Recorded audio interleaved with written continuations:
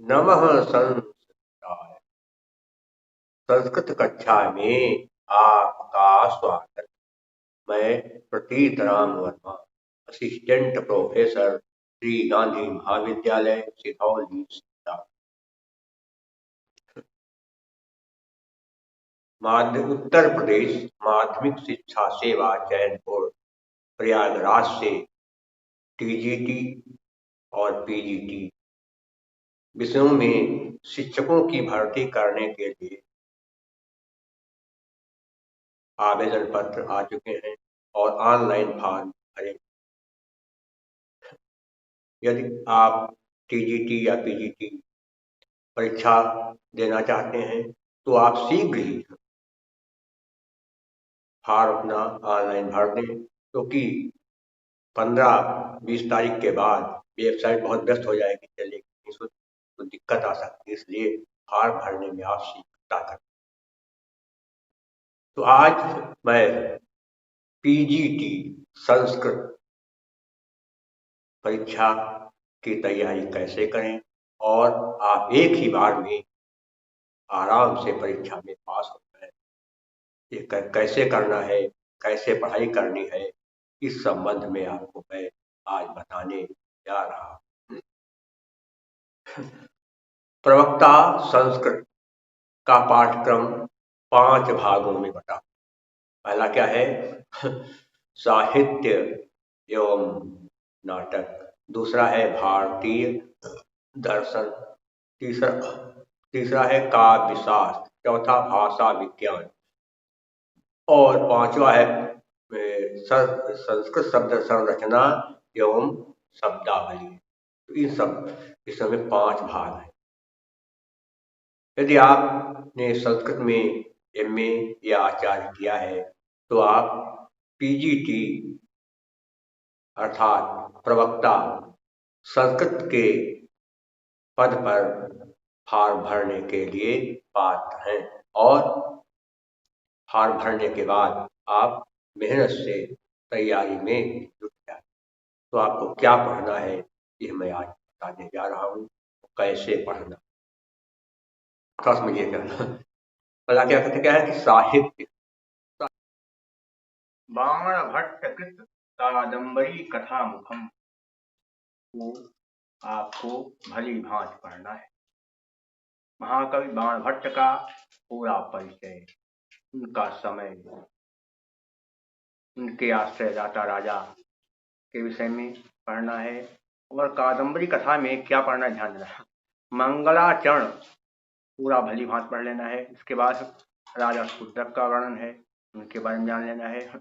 प्रतिहारी का वर्णन है और तूती के विषय में विस्तार से बातें बताई गई और साथ ही साथ अगस्त मुनि के आश्रम का वर्णन है।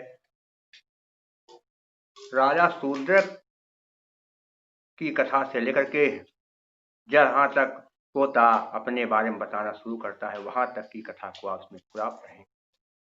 बहुत सारा विस्तार है, ये किताब काफ़ी बड़ी है, लेकिन यदि आप इसको ध्यान से पढ़ेंगे 1-2 बार तो पूरी बातें आसानी से समझ में आ जाएंगी।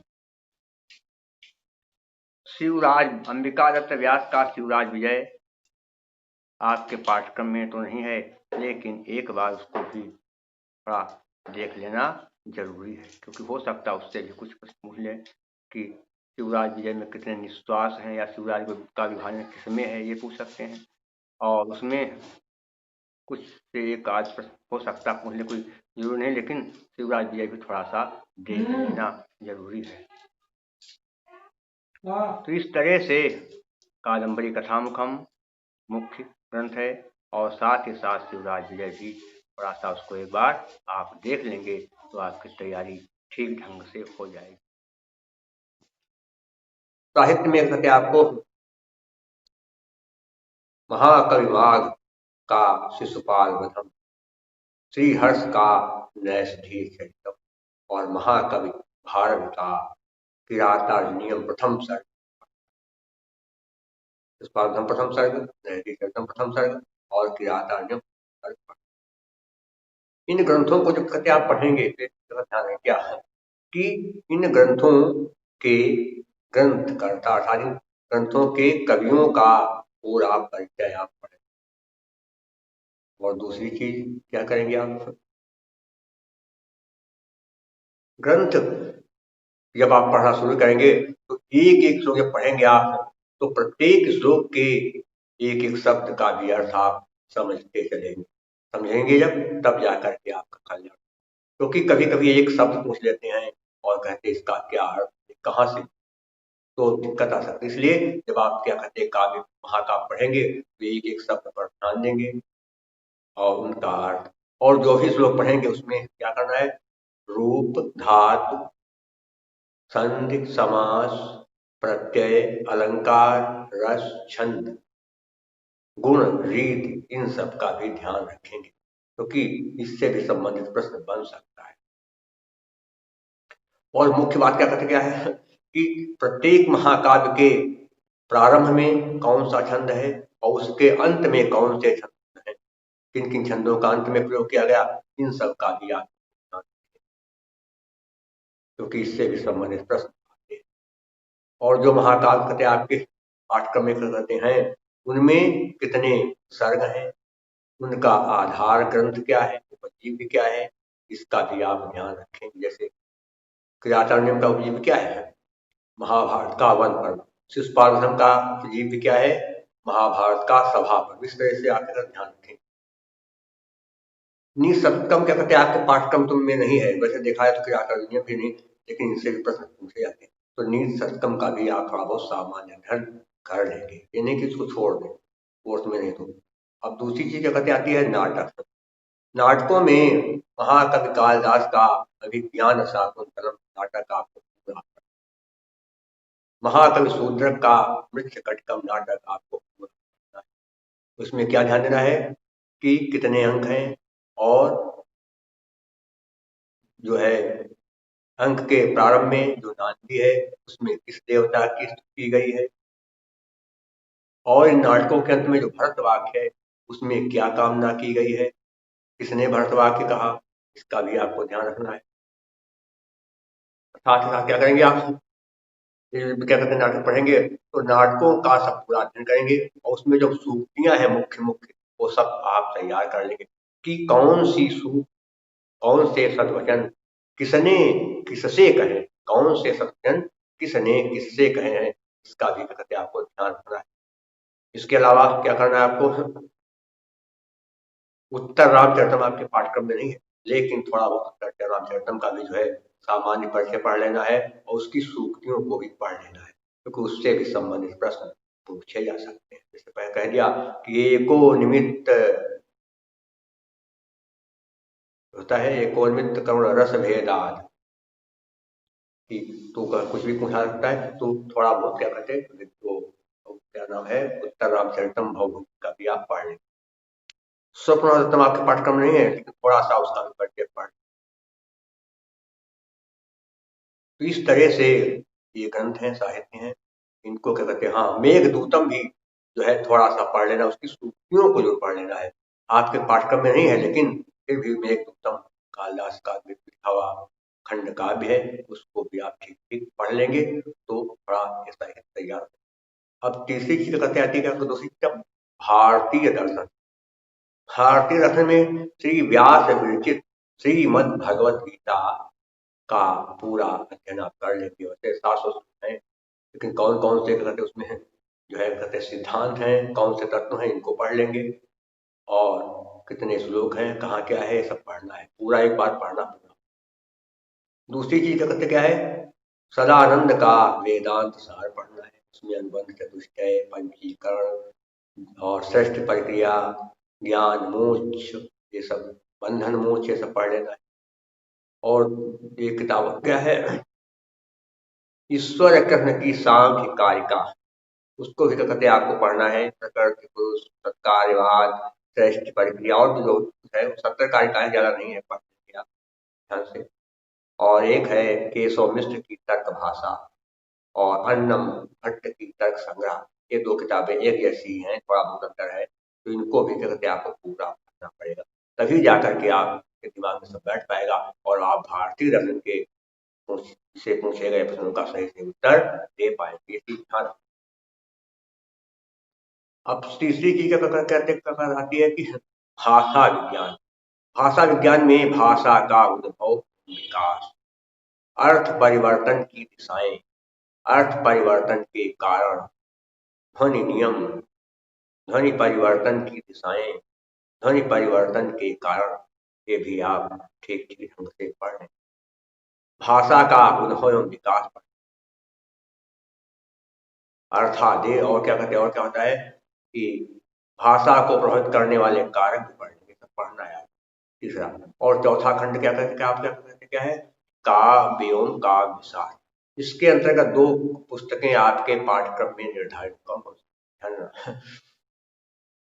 कि पहली चीज क्या है, आचार्य मम्मट का काव्य, उसमें काव्य प्रयोजन, काव्य हेतु, काव्य लक्षण, शब्द वृत्तियां, अभिधा लक्षण व्यंजन, ध्वनि, रस, दोष, काव्य दोष कौन कौन से होते हैं, पद दोष, क्या कहते हैं, वाक्य दोष, अर्थ दोष, रस दोष, ये सब पढ़ लेना। रस दोष कितने, 13, अर्थ दोष 23 प्रकार के। ध्यान रखना, दोषों की संख्या भी करके आप ध्यान में रखना ही, इसको कभी छोड़ना नहीं है।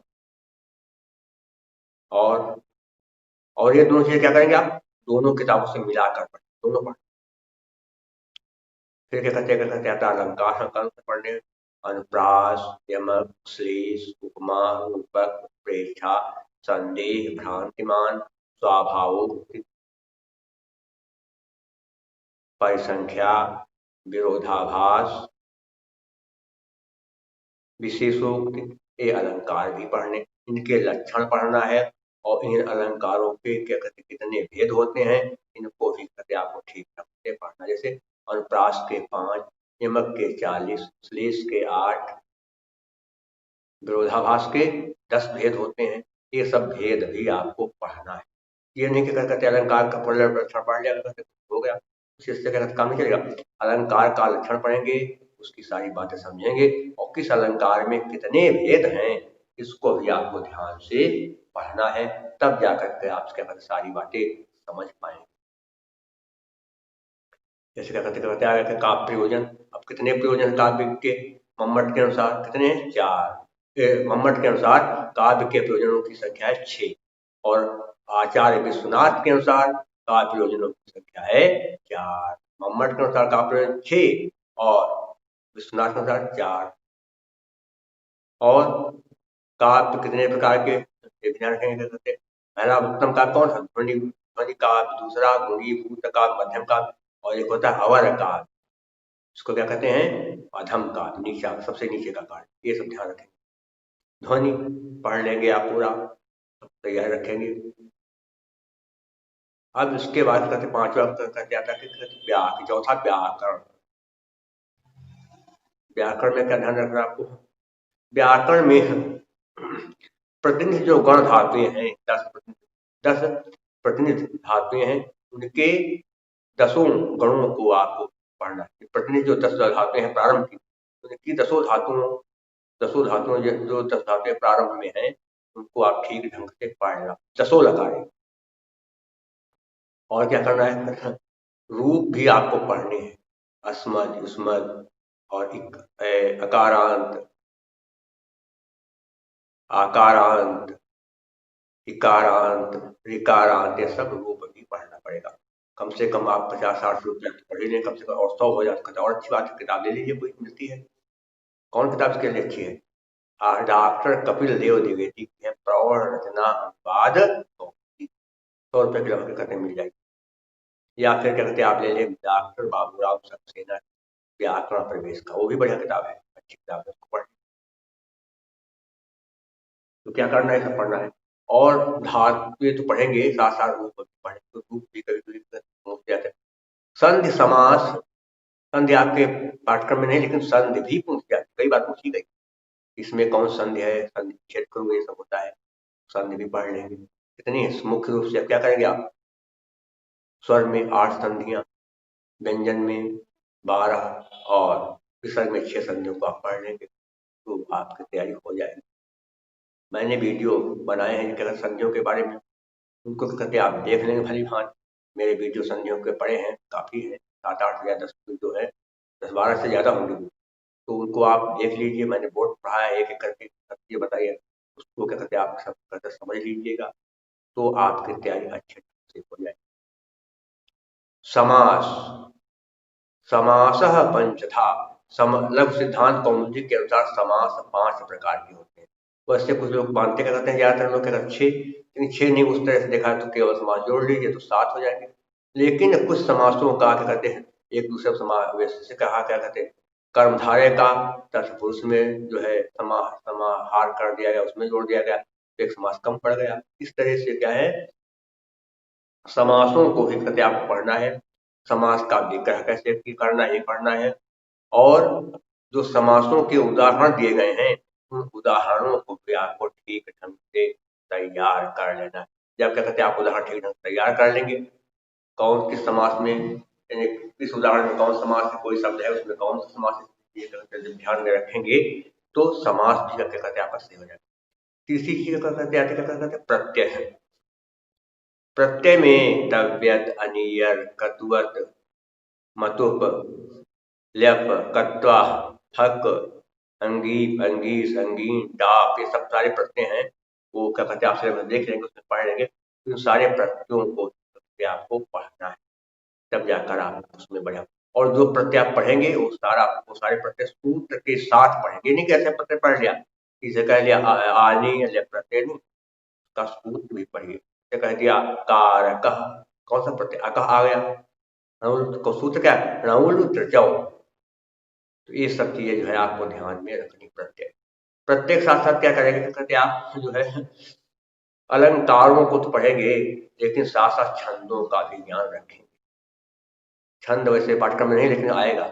पूछ लिया गया था एक बार शायद 2011 में, अर्थो ही कन्या पर किए, इसमें कौन सा छंद, क्या करेंगे आप छंदों का ही हिफाजत कर लेंगे, उनके गणों को ठीक ढंग से समझ लेंगे, और मात्राएं कहाँ पर कैसी हैं, लघु हर्ष है, दीर्घ है, इनका भी सत्यापन कर लेंगे, सारी बातें आप आसानी से समझ जाए। छंद पढ़ लेंगे, गुणों को भी क्या कहते पढ़ लेंगे, और रीतियों को भी पढ़ लेंगे। ये सब पढ़ना बहुत जरूरी है, अगर कहते आप सामान्य तरीके से पढ़े तो बढ़िया पाए। और फिर अंतिम है पाय शब्द संरचना एवं पारिभाषिक शब्द, नाटक से संबंधित कई जो क्या कहते जो है क्या करना है आपको, शब्दावली पढ़ना है, जैसे नेपथ्य, नांदी, प्रस्तावना, स्वगत, अश्राव्य, आकाशभाषित, भरतवाक, विष्कंभक, इस तरह से जो है आप पढ़ लेंगे नाटकीय शब्दों को। साथ ही साथ क्या करेंगे, आपका जो है संस्कृत साहित्य का इतिहास भी कहते आप जो कहते बढ़िया संस्कृत आप पढ़ लेंगे। किताबें जो भी बहुत सी आ रही हैं, लेकिन कहते हैं उमा शंकर आर्य की किताब बहुत अच्छी आ रही है, डॉक्टर रमाशंकर अवस्थी की भी किताब बहुत अच्छी है, उसको भी कहते आप ले लें। उसमें क्या करना है आपको, महाकाव्यों का उद्भव एवं विकास, नाटकों का उद्भव एवं विकास, गद्य काव्यों का उद्भव एवं विकास, चंपू काव्यों का उद्भव एवं विकास, कथा साहित्य का उद्भव एवं विकास, पत्र पत्रिकाएं जो हैं कौन सी छप रही संस्कृत में, इनके बारे में भी कहते आप अच्छे ढंग से कहते सब पढ़ लेंगे तो ठीक ढंग से आपकी तैयारी हो जाएगी। और पीजीटी, संस्कृत पीजीटी के लिए बाजार में बहुत सारी किताबें हैं, कई प्रकाशन हैं, तो आप चाहे जो प्रकाशन लें, थोड़ा आधार मिल सकता है, लेकिन उन पीजीटी की किताबों को पढ़ करके आप कभी भी मेरे विचार में प्रवक्ता परीक्षा पास नहीं कर पाएंगे, तो उसमें 50% से ज्यादा तो मिल ही नहीं पाएंगे। इसलिए आपको क्या क्या करना है, आपको मुख्य रूप से मूल किताबें ही पढ़नी, और किताबें न हो तो उनको आप खरीद लीजिए, ज्यादा खर्चा नहीं, 2-2.5 हजार, 2 हजार में लगभग किताबें मिल जाती, 2 से 2.5 हजार भी लग सकता है, लेकिन 2.5 हजार के ऊपर नहीं लगेगा। लेकिन आपकी अगर पढ़ाई तैयारी हो गई अच्छी, तो आप नौकरी भी तो बढ़िया पा जाएंगे, सरकारी नौकरी का आनंद आ जाएगा। तो आप क्या करेंगे कि आप मूल किताबों से ही पढ़ें, एक कोई गाइड ले लीजिए आधार के, को भी थोड़ा बहुत देख लीजिए, लेकिन गाइड पढ़ना मेरे विचार से बहुत अच्छा मैं मानता हूँ, क्योंकि उसमें गाइड है 200 पेज 250 पेज है, मान लीजिए 200 250 बहुत मोटी होती 300, लेकिन उसमें पूरा आपको मिल ही नहीं पाएगा। और मेन जो मुख्य बात है वो गाइड से आपकी समझ में आएगी नहीं। इसलिए आपको क्या खरीदना है, मूल किताब ही खरीदनी है और उसी के साथ आपको तैयारी करनी। पढ़ने का कोई समय नहीं है, आप 2 घंटा पढ़ें, 3 घंटा 4 घंटा 5 घंटा भी पढ़ सकते हैं, 6 घंटा पर पढ़ लें तो बहुत ज़्यादा हो जाएगा। इतना ज़्यादा टाइम इसमें नहीं मेहनत करना। अब आपकी बुद्धि कितनी तेज चल रही है, आपकी स्मरण शक्ति कैसा काम करती है कि आप पढ़ते हैं, आपको कितना याद होता है, कितना भूलते हैं, ये सब चीज़ ध्यान रखना है। तो आप क्या करेंगे, जब क्या कहते हैं आप पढ़ने बैठे तो सबसे पहले क्या करें, आप गणेश जी के 12 नामों को पढ़िए और जब अंत करिए तब भी 12 नाम। क्या है, इससे आपकी बुद्धि में जो है पढ़ा हुआ टिकेगा, आपको अच्छी तरीके से समझ में आएगा। जानते हैं क्या नाम है, सुमुखश्चैकदन्तश्च कपिलो गजकर्णकः लम्बोदरश्च विकटो विघ्ननाशो विनायकः धूम्रकेतुर्गणाध्यक्षो भालचन्द्रो गजाननः।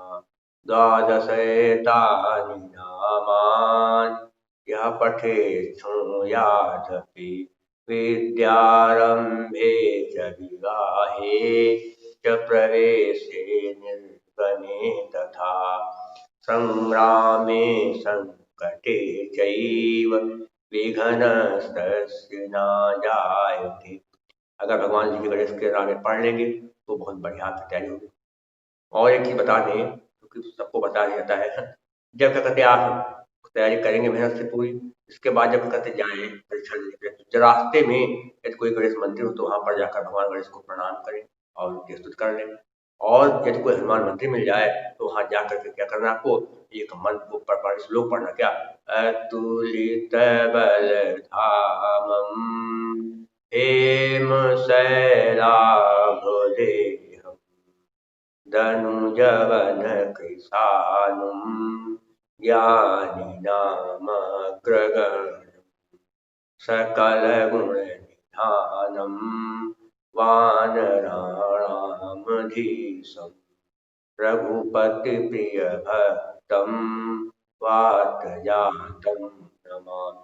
ये श्लोक कहते हैं प्रतियोगिता में सफलता पाने का मंत्र है। इसको आप पढ़ लें हनुमान जी के सामने जाकर के, और अगर कहते आप मंदिर के अंदर कहते जा सकें तो हनुमान जी के दाहिने पांव का जो सिंदूर है वो अपने मस्तक पर लगा लीजिए, तब जाए देखिए बड़ा इसका अच्छा प्रभाव रहेगा। तो मेरे विचार से कि संस्कृत साहित्य से जुड़े हुए सारे विद्यार्थी नवयुवक जो पढ़ रहे हैं, पढ़ाई कर रहे हैं, वो सब अच्छे ढंग से तैयारी करें और सिलेबस समझ करके ही पढ़ें, ये चीज का ध्यान रखें। और क्या करें, आप सालों पेपर ले आइए बाजा, उसमें कम से कम 8-10 साल पेपर होते हैं, उनको आप कम से कम 2-3 बार पढ़ जाइए, उसमें विषय भी कुछ थोड़ा बहुत 1-8 प्रश्न 2-4 प्रश्न पूछ लिया तो उसका तैयारी हो जाएगी। तो आप, मुझे आशा है कि आप मेरी बातों को ठीक ढंग से समझ गए होंगे कि पीजीटी संस्कृत परीक्षा के लिए कैसे तैयारी करनी है, क्या पढ़ना है क्या नहीं पढ़ना है, ये सब ये ध्यान में रखेंगे। क्या अलंकार कहाँ पढ़ना है, क्या छंद पढ़ना है, तो इन सब बातों को ध्यान रखें। और जितने भी कथित ग्रंथ हैं उनको भी पढ़ना है और संस्कृत साहित्य का इतिहास भी एक बार कोई किताब अच्छी लेकर के उसको ठीक ढंग से पढ़ लेना है, जिससे आपके दिमाग में सारी बातें आसानी से बैठ जाए। आप प्रतियोगी परीक्षा में बैठें, संस्कृत पीजीटी की परीक्षा दें और आप सफल हों, इस कामना के साथ अगले अंक में मैं टीजीटी संस्कृत की तैयारी कैसे करें यह बताऊंगा। तब तक के लिए नमः संस्कृत।